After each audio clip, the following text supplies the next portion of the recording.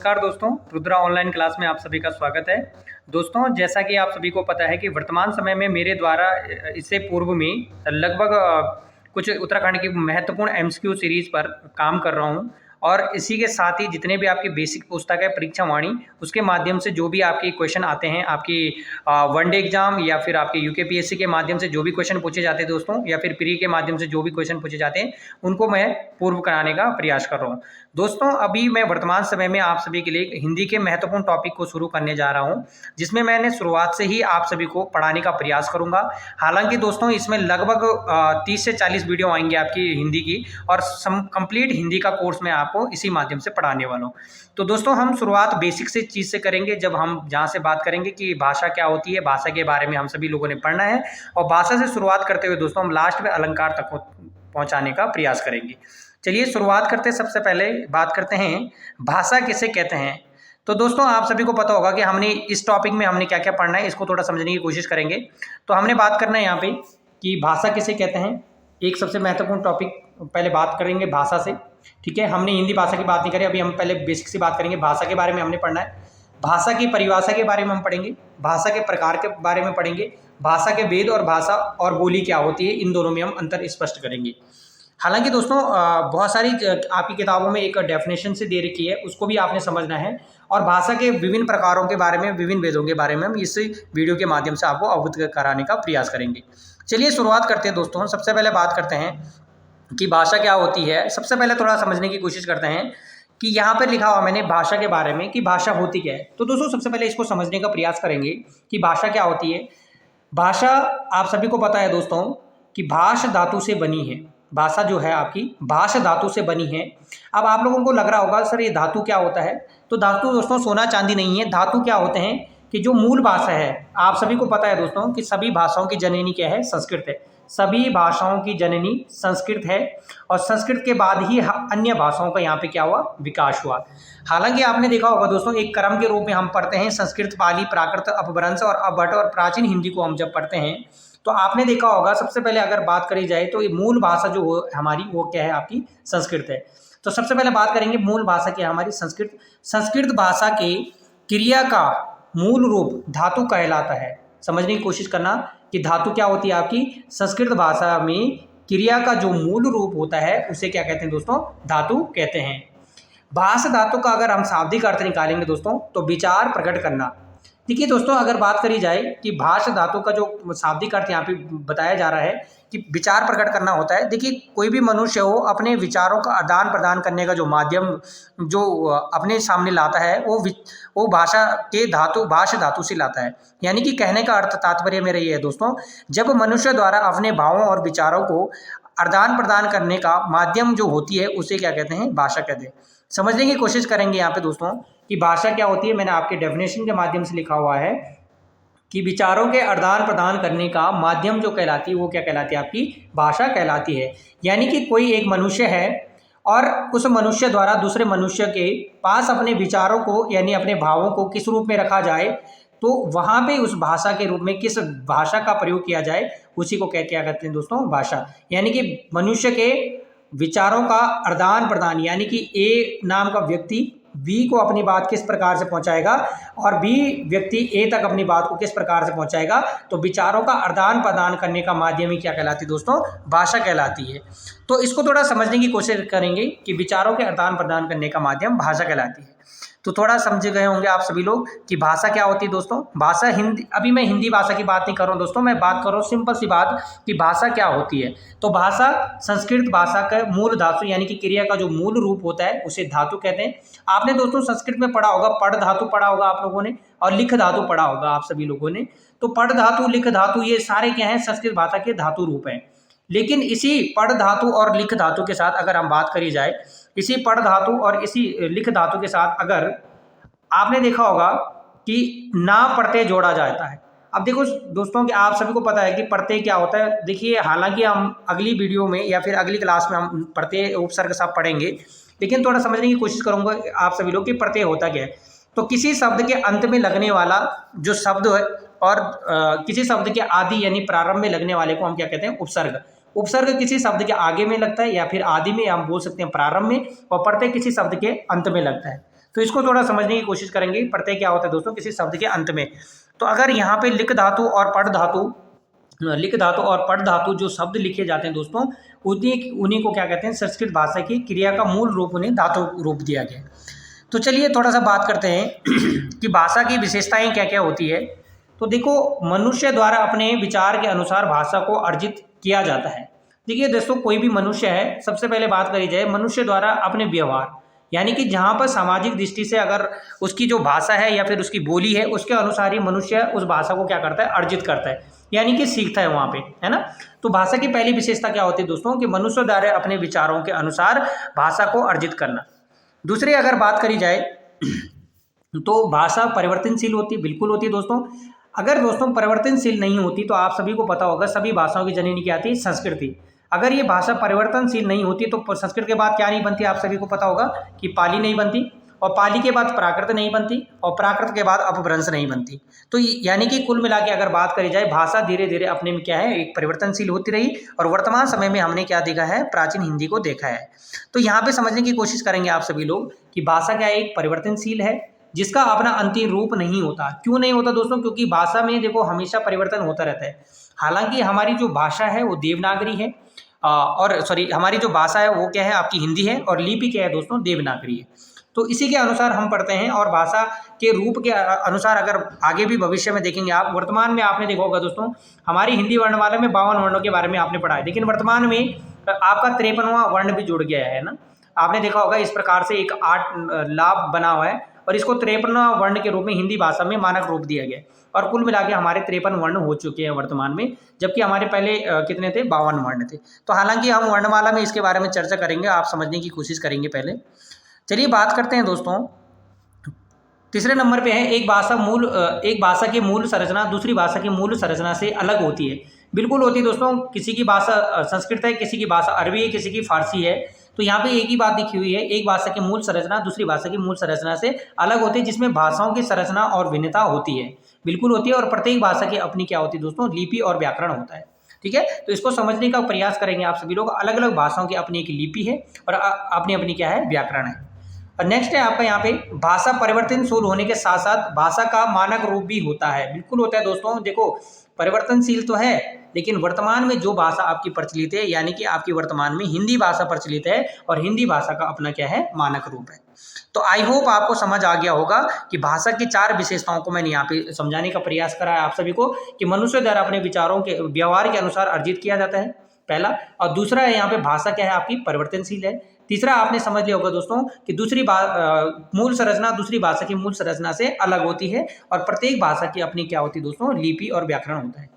और चौथा मैंने आपको बताने का प्रयास करा है, भाषा परिवर्तनशील होने के साथ साथ दोस्तों भाषा का अपना क्या होता है, एक मानक रूप होता है, और जिस भाषा का अपना एक मानक रूप होता है उसे वर्तमान समय में उसे हम मानक भाषा के रूप में, और यानी कि हमारी वर्तमान में जो मानक के रूप में, यानी कि जो सभी को समझ में आ जाए, उसी को हम मानक भाषा कहते हैं। और वर्तमान में हमारी हिंदी मानक भाषा के रूप में, यानी कि हम बोल सकते हैं राजभाषा के रूप में हमारे संविधान में इसको मान्यता प्रदान की गई है।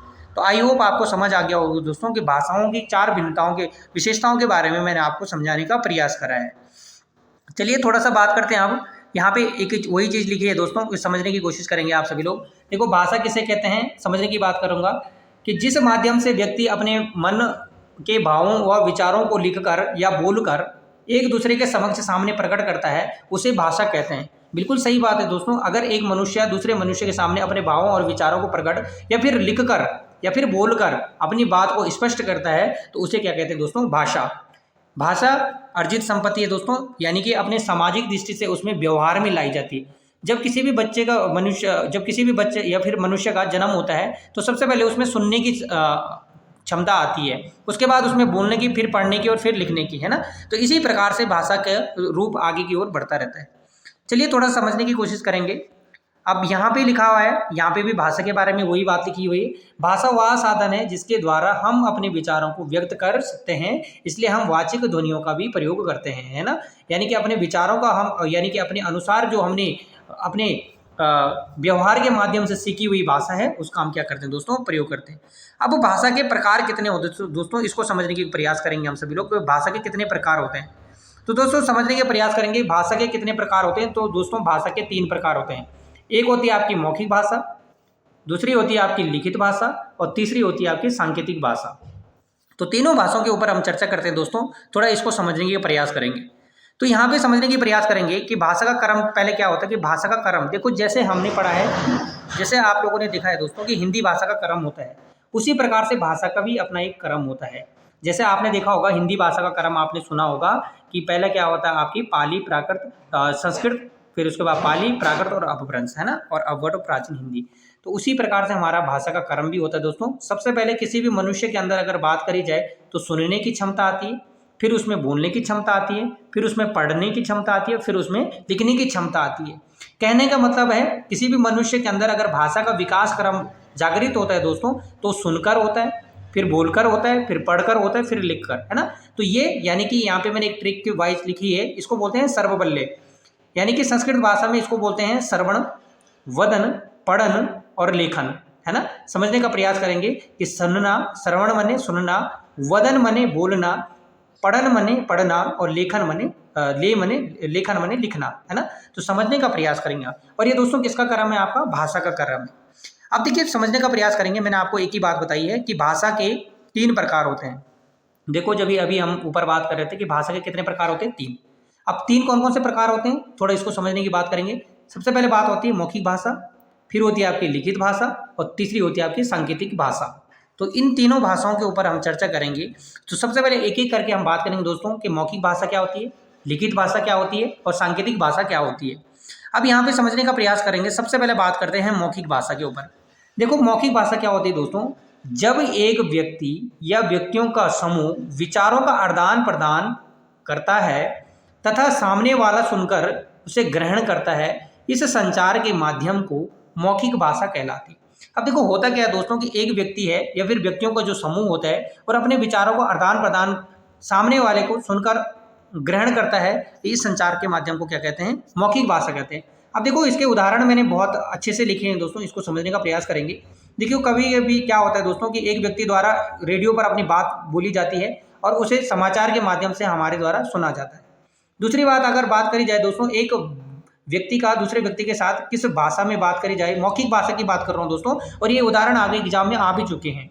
तो टेलीफोन के द्वारा एक दूसरे के साथ वार्तालाप की हम बात कर सकते हैं कि टेलीफोन के माध्यम से हम एक दूसरे के साथ क्या कर सकते हैं दोस्तों, बात कर सकते हैं, है ना। और एक तीसरा होता है दोस्तों, आपने देखा होगा इंटरव्यू आप देखते होंगे तो एक मौखिक भाषा के रूप में आपने देखा होगा, जब आपका क्या होता है इंटरव्यू होता है तो वहाँ पर भी तीनों आपको साक्षात्कार का माध्यम भी देखने को मिलता है। अब यहाँ पे मैंने बहुत इंपॉर्टेंट चीज़ लिखी है दोस्तों, इस पर आपने गौर करना है कि मौखिक भाषा भाषा का सबसे सरल माध्यम है। वेरी वेरी मोस्ट इंपॉर्टेंट, आपने IMT करना है कि भाषा का आपसे तीनों में से पूछा जाता है कि निम्नलिखित में से किस भाषा का कौन सी भाषा सबसे सरल माध्यम वाली होती है। तो आप सभी को पता होगा कि जब हम किसी भाषा को मौखिक भाषा के रूप में व्यक्त करते हैं तो सबसे सरल माध्यम के रूप में हम उसका क्या करते हैं, प्रयोग करते हैं। आई होप आपको समझ आया होगा दोस्तों कि मौखिक भाषा क्या होती है। मैंने आपको सिंपल सी बात बता दी है कि विचारों का जब आदान प्रदान, एक व्यक्ति या व्यक्तियों का समूह जब विचारों का आदान प्रदान करता है और तथा सामने वाला उसे सुनकर ग्रहण करता है दोस्तों, वो क्या कहलाती है, मौखिक भाषा। चलिए नेक्स्ट की बात करते हैं, लिखित भाषा। अब बात करते हैं लिखित भाषा। अब लिखित भाषा क्या होती है इसको समझने का प्रयास करेंगे। यहाँ पे समझने की बात करेंगे दोस्तों कि लिखित भाषा क्या होती है।